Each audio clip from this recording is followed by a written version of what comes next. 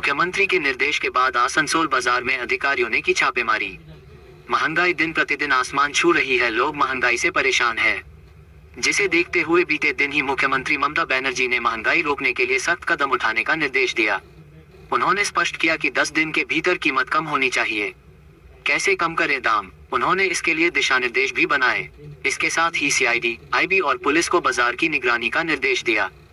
फिर क्या था, प्रशासन हरकत में आ गई। आसनसोल बाजार में दिलीप कुमार मंडल, सहायक निदेशक कृषि विभाग पश्चिम बर्दवान के नेतृत्व में कई विभाग के अधिकारियों के साथ की गई छापेमारी का बाजार पर तुरंत असर पड़ा रहा है। अचानक आसमान छूते दाम जमीन पर आ गए।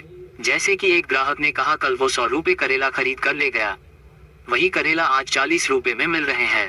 निरीक्षण के बाद दिलीप कुमार मंडल ने कहा कि कई जगह अनियमितता पाई गई है। होलसेल और रिटेल के दारों में काफी अंतर देखा गया है।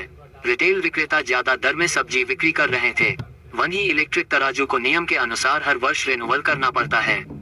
ये लोग नहीं किए हुए थे। कईयों के तराजू में डिस्प्ले भी नहीं था। ऐसे में कई दुकानों को फाइन किया गया और कईयों को सीज भी किया गया है। हम ऐसे ही बार बार निरीक्षण करेंगे, कल दोबारा फिर से आएंगे। उन्होंने यहाँ तक कहा कि यहाँ ग्राहकों को डबल मार झेलनी पड़ रही थी। एक तो महंगाई, ऊपर से वजन भी काम दिया जा रहा था। फिलहाल मुख्यमंत्री के निर्देश के बाद अधिकारी मैदान में उतर चुके हैं। उम्मीदवार है आने वाले दिनों में महंगाई से थोड़ा राहत तो मिलेगी।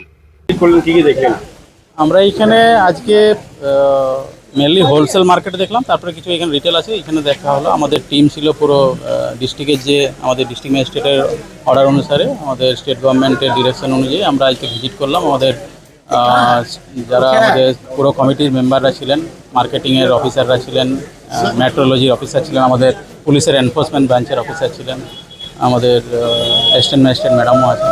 তো আমরা যেটা এখানে দেখলাম যে আমাদের ইভেন এইখান থেকে যেটা হোলসেল মার্কেট থেকে এসে নিয়ে এইখানে যখন রিটেল আসছে, সেখানেও একটা বড় দামের ডিফারেন্স হয়ে যাচ্ছে। তো আমরা এখানে তাদেরকে বললাম যে এত দাম বাড়তি নেওয়া যাবে না, আমাদের এই ভিজিট চলতে থাকবে এবং রেগুলার বেসিসে চলতে থাকবে। তো আমরা এক্সপেক্ট করছি যে আমাদের এই ভিজিট, আমরা এখন আবার আরেকটা রিটেল মার্কেটে যাব।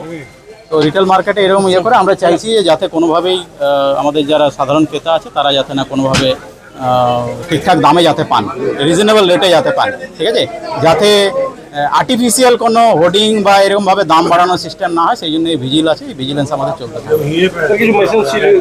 হ্যাঁ, কিছু কিছু ক্ষেত্রে যেটা হচ্ছে যে আমরা দেখছি যে যারা এখন সবাই মোটামুটি ইলেকট্রনিক্স মেশিন ইউজ করেন, মানে আগেকার দিনে যে কাঁটা সিস্টেম ছিল সেই সিস্টেম ইউজ করেন, কিন্তু এই মেশিনও দেখা যাচ্ছে যে এইখানে নিয়ম হলো যে প্রতি বছরে কিন্তু আমাদের ইন্সপেক্টর মেট্রোলজি যে অফিস আছে, অ্যাসিস্ট্যান্ট ডিরেক্টর মেট্রোলজি যে অফিস আছে, সেখানে গিয়ে ক্যালিব্রেশন করাতে হয়। সেই ক্যালিব্রেশন কিন্তু ওনারা করাচ্ছেন না এবং অনেক পুরনো জিনিস রাখছে। এবং আমরা দেখছি কিছু কিছু ক্ষেত্রে কাঁটার ক্ষেত্রে দেখা যাচ্ছে ক্যালিব্রেশন নেই এবং তার সঙ্গে হয়তো ওয়েটেরও কম দেয়। তাহলে সুতরাং দুদিক থেকেই ক্রেতা বঞ্চিত হচ্ছেন। এক হচ্ছে যে দাম বেশি লাগছে, আবার যে পরিমাণ ওয়েট দেওয়ার কথা সেই ওয়েটও ওনারা দিচ্ছে না। সেই জন্য যে জায়গাতে দেখা গেছে যে সেগুলো ওরা ক্যালিব্রেশন করাননি বা ইয়ারলি রিনিউয়াল করাননি। ইভেন আমরা একজন যারা হোলসেলার ছিল তাকে দেখলাম, তারা ডিসপ্লে করার নিয়ম আছে, যেহেতু দেখতে পাবে যে ওর কাঁটা ঠিকঠাক আছে কিনা, সেটাও করেনি। সেই জন্য কিছু স্পট ফাইন করা হয়েছে, কিছু ক্ষেত্রে সিজ করা হয়েছে।